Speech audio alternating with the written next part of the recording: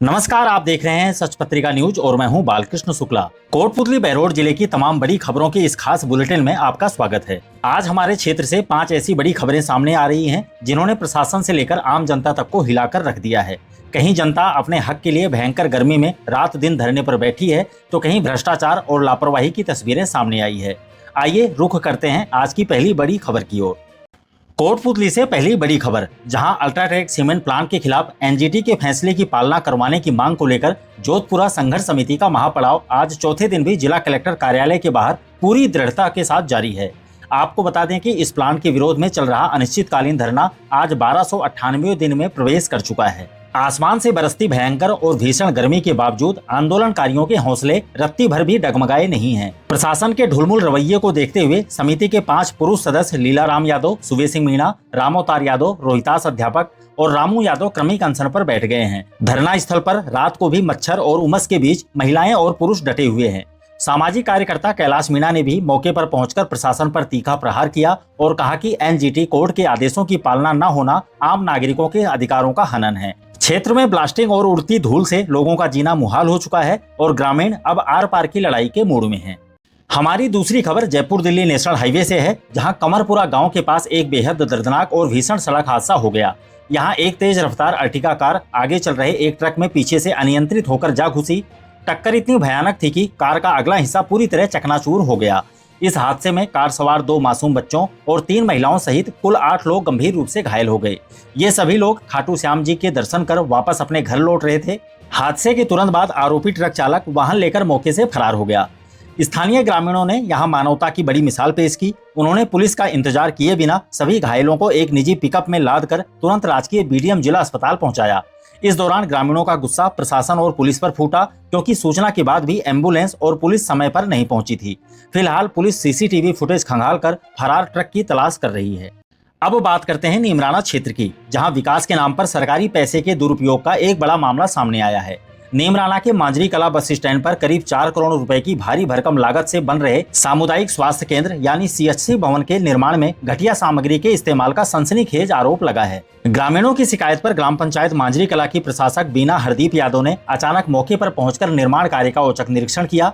वहां का नजारा देखकर वह दंग रह गई। निर्माण में बेहद निम्न स्तर की ईंटें और हल्की डस्ट का प्रयोग किया जा रहा था। प्रशासक ने बिना समय गंवाए काम को तुरंत रुकवा दिया। चौंकाने वाली बात यह है कि ठीक 6 महीने पहले भी यहाँ घटिया निर्माण की शिकायत पर काम रुकवाया गया था, लेकिन ठेकेदार ने अपनी आदत नहीं सुधारी।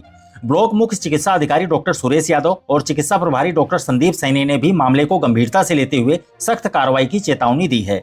ग्रामीणों ने अब इस पूरे निर्माण कार्य की उच्च स्तरीय तकनीकी जाँच की मांग की है। हमारी चौथी खबर नारायणपुर से है, जहां खेल और युवाओं के भविष्य के साथ हो रहे खिलवाड़ के खिलाफ जबरदस्त विरोध प्रदर्शन हुआ है।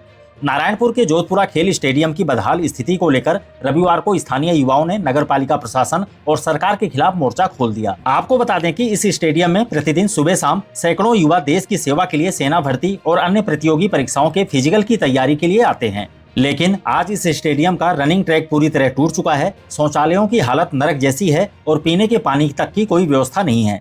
युवाओं का आरोप है कि स्टेडियम की मरम्मत के लिए 50 लाख रुपए का बजट स्वीकृत हो चुका है, लेकिन नगरपालिका प्रशासन हाथ पर हाथ धरे बैठा है और काम शुरू नहीं करवाया जा रहा। सामाजिक कार्यकर्ता राकेश दायमा के नेतृत्व में युवाओं ने प्रशासन को चेतावनी दी है कि अगर 3 दिन के भीतर काम शुरू नहीं हुआ तो एक बड़ा आंदोलन खड़ा किया जाएगा।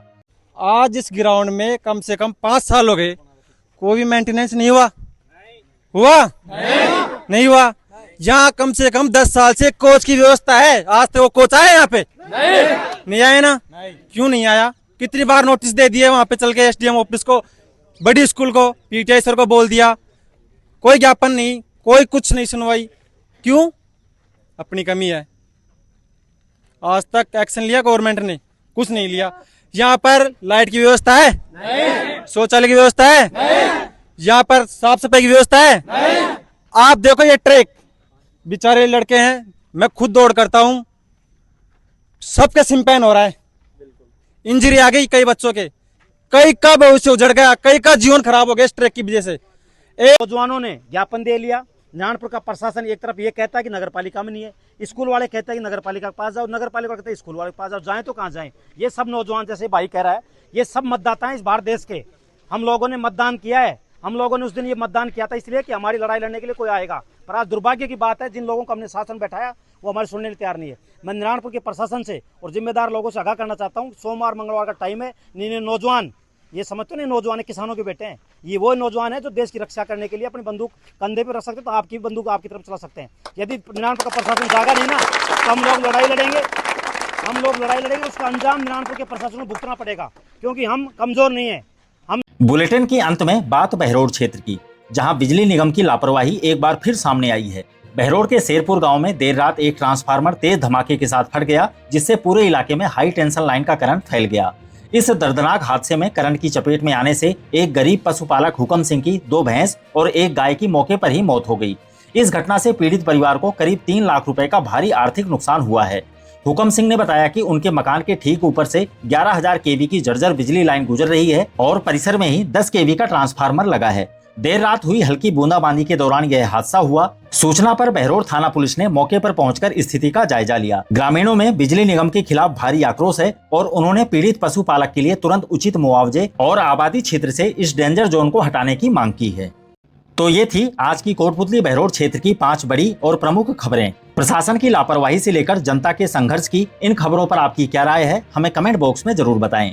क्षेत्र की हर छोटी बड़ी और निष्पक्ष खबर को सबसे पहले देखने के लिए आपके अपने चैनल सच पत्रिका को अभी सब्सक्राइब करें, वीडियो को लाइक करें और ज्यादा से ज्यादा शेयर करें। दोबारा मिलते हैं इसी तरह की दूसरी ताजा खबरों के साथ। नमस्कार। न झुकेंगे न रुकेंगे, जहां सच छुपाया जाएगा वहीं से उठेगी ये आवाज। सच पत्रिका न्यूज, सबसे तेज, सच और सटीक खबरें।